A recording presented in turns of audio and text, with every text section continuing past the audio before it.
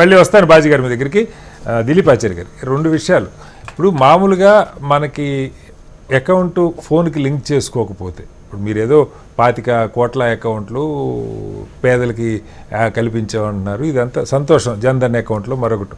నేను అనేది ఇవాళ పరిస్థితి ఏమైందంటే, చిన్న రోడ్డు మీద ఆయన చెప్పారు కదా, పానీపూరి బండోడు కూడా ఆ క్యూఆర్ కోడ్ పెట్టకపోతే జనం రాట్ల అలవాటైపోయింది. ఈ పాపం వీళ్ళ ఉన్న అకౌంట్కి అందులో రోజుకి 1000-2000 గోంగూర తోటకూర అమ్ముకునే వాళ్ళు కూడా పెట్టుకోకపోతే నడవట్ల.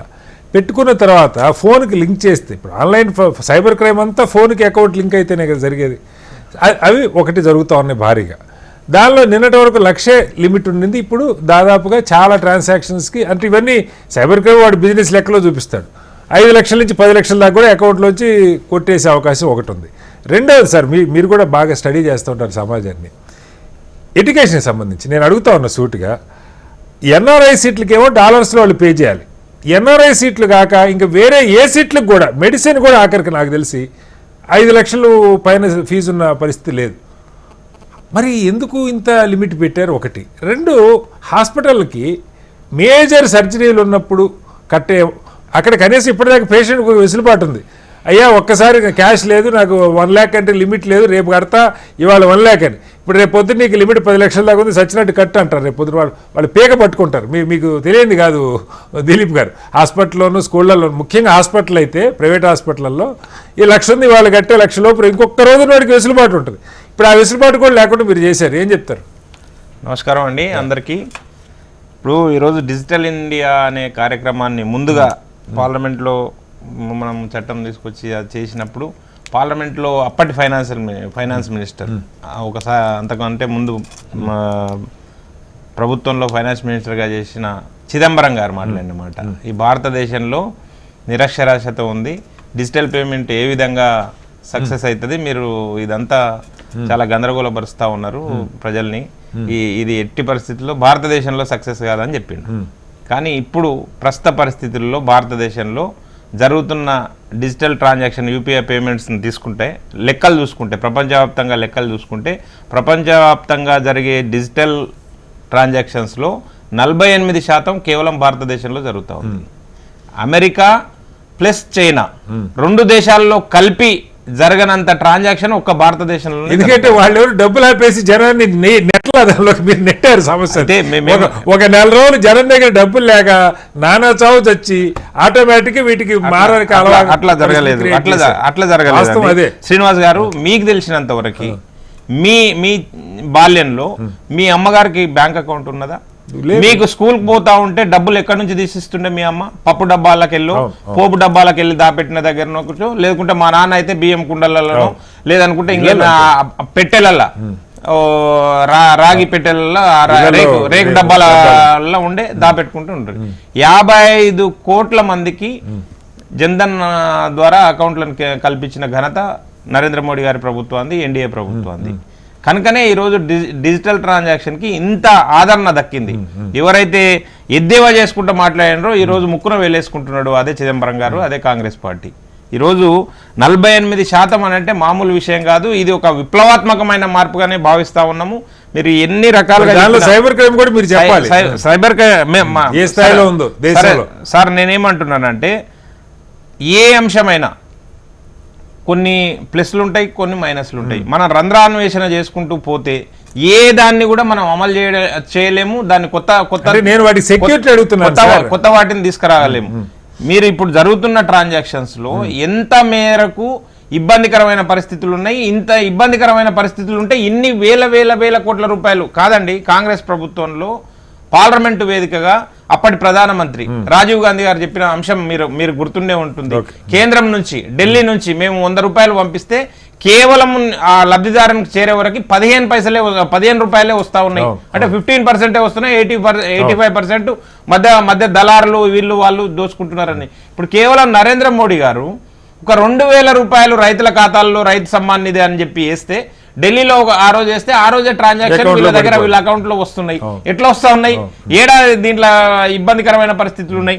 కనుక మనం దీంట్లో ఉండే సానుకూల అంశాలని మనం పరిగణలోకి తీసుకుంటే ఇది ఖచ్చితంగా భారతదేశం నెక్స్ట్ లెవెల్ కు అంటే దీంట్లో రెండో అంశం కూడా చెప్తా. నా ప్రశ్న యూపీఐ పేమెంట్లు వద్దా, వాడాలా వద్దా, అది ఒక చర్చ, దానిలోకి ఎక్కువ వెళ్ళట్లా. ఇంకొక విషయం చెప్తా. మీరు మీరు మీరు రెండు అంశాలు, మీరేమో రెండు అంశాలపైన దృష్టి పెట్టి మాట్లాడుతా ఉన్నారు, విద్య వైద్యము అనేది. దాన్ని నేను రెండో అంశంగా తీసుకుంటున్నా, దానితో మాట్లాడతా. అంతకంటే ముందు మాట్లాడుతున్నా ఏంటంటే, మీరు ఏ ట్రాన్సాక్షన్ తీసుకున్నా జిఎస్టీ అనేది ఒకటి వచ్చింది, వన్ నేషన్ వన్ ట్యాక్స్ విధానం తీసుకుని వచ్చినాం. అంతకంటే ముందు ట్యాక్స్ వసూళ్ల ద్వారా ప్రభుత్వానికి ఎంత ఆదాయం వస్తుంది ఇప్పటిదాకా? ఇప్పుడు 2017లో జిఎస్టీ ప్రవేశపెట్టినాము. 2017-18లో 7,41,000 కోట్లు మాత్రమే ప్రభుత్వానికి ట్యాక్స్ల ద్వారా ఆదాయం సమకూరుతుంది. కానీ ఇప్పుడు 2024-25 ఆర్థిక సంవత్సరానికి వచ్చే వరకు 22,09,000 కోట్ల రూపాయలు ఆదాయం వచ్చింది. అదే జిఎస్టీ కాంగ్రెస్ మన్మోహన్ సింగ్ గారి హయాంలో ప్రపోజల్ చేస్తే అందరికంటే ఎక్కువ వ్యతిరేకించింది మోడీ గారు, గుజరాత్ సీఎం గా. ఆన్సర్ చెప్పాలి. కాలంతో పాటు సంస్కరణలు వచ్చినప్పుడు కాలంతో పాటు మారాల్సిన అవసరం ఉంది. అదే మన్మోహన్ సింగ్ గారు ప్రభుత్వము ప్రవేశపెడతా అని చెప్పి ఆపసోపాలు పడతా ఉంటే మోడీ గారు వ్యతిరేకించారు, బీజేపీ వ్యతిరేకించింది అని చెప్తున్నారు కదా. బీజేపీ గవర్నమెంట్ వచ్చిన తర్వాత కాంగ్రెస్ పార్టీ గబ్బర్ సింగ్ ట్యాక్స్ అన్నది కదా. ఈ రోజు జిఎస్టీ వసూళ్లు ఒక తారాస్థాయికి చేరిన సందర్భం లోపల జిఎస్టీ స్లాబ్స్ ను కూడా తగ్గించినాం కదా. 5%, 0%, 18% తగ్గించినాం కదా. 40%, 28% ఉన్న స్లాబ్ శాతాన్ని కూడా తగ్గించుకుంటూ వచ్చినాం కదా. ఇది ప్రజలకు వెసులుబాటా కాదా? అంతకంటే ముందు మీరు 2 లక్షల రూపాయల ఇన్కమ్ ట్యాక్స్ రిబేట్ ఇవ్వడం కోసం ఎంత ఆపసోపాలు పడ్డం? 60 సంవత్సరాలు పట్టిందండి. 2 లక్షల రూపాయల ఆదాయాన్ని పరిమితికి మించకూడదు అని చెప్పి 2 లక్షల ఆదాయాన్ని తీసుకురావడానికి 60 సంవత్సరాలు పట్టింది. ఇప్పుడు 12 లక్షల రూపాయల ఆదాయ పరిమితి పెంచినాం. 12 లక్షల రూపాయలు. ఇది ప్రభుత్వం ప్రజల భాగస్వామ్యంతో నిర్మించాలనే ఒక సదుద్దేశంతో చేసిన ఒక గొప్ప కార్యం కాబట్టి జిఎస్టీ అయినా, ఇన్కమ్ ట్యాక్స్ అయినా, లేదంటే యూపీఐ పేమెంట్ అయినా ఇంత విప్లవాత్మకంగా ప్రజల ఆదరణ పొందుతుంది. దాంతో పాటు ప్రభుత్వానికి ఒక వెసులుబాటు.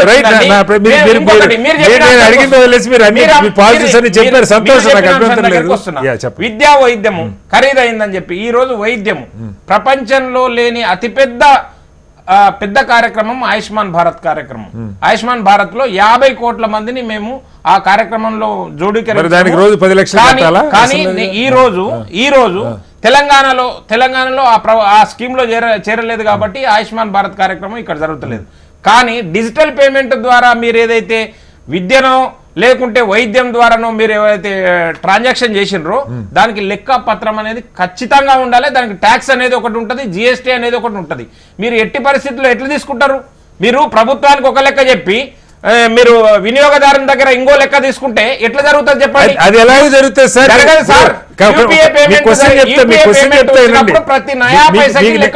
నేను చెప్తానండి సార్, క్వశ్చన్ చెప్తానండి. ఇప్పుడు హాస్పిటల్లో 10 లక్షలు అడుగుతాడు అనుకుందాం ఫర్ ఎగ్జాంపుల్. నువ్వు గూగుల్ పే చేస్తానంటే ఒకవేళ అక్కర్లేదు బాబు నువ్వు 9,70,000 కడితే చాలంటే క్యాష్ తీసుకొచ్చి ఇస్తారు పబ్లిక్. దానికే పెద్ద అది ఎగ్గొడుతున్నాడా కడుతున్నాడా కంపల్సరీ కాదు కదా. నాకు తెలిసినంత వరకు ఇది కాదు. ఇన్సూరెన్స్ అనేది లేదనుకుంటే లోన్లు, ఈఎంఐలు, ఈఎండీలు దాంట్లో ఈ ట్రాన్సాక్షన్ గురించి మాట్లాడింది. కానీ నేను అబ్జర్వ్ చేసిన వరకు ఈ విద్యా వైద్యంలో ఉన్నది కాబట్టి నేనేమంటున్నా అంటే ఇన్సూరెన్స్ కి సంబంధించిన పేమెంట్స్ యూపీఐ ద్వారా చేయండి, ఈఎండీలు చేయండి, ఈఎంఐలు చేయండి, మీరు టూర్లు పోతే చేయండి, లేదనుకుంటే ఆభరణాలు కొంటే చేయండి.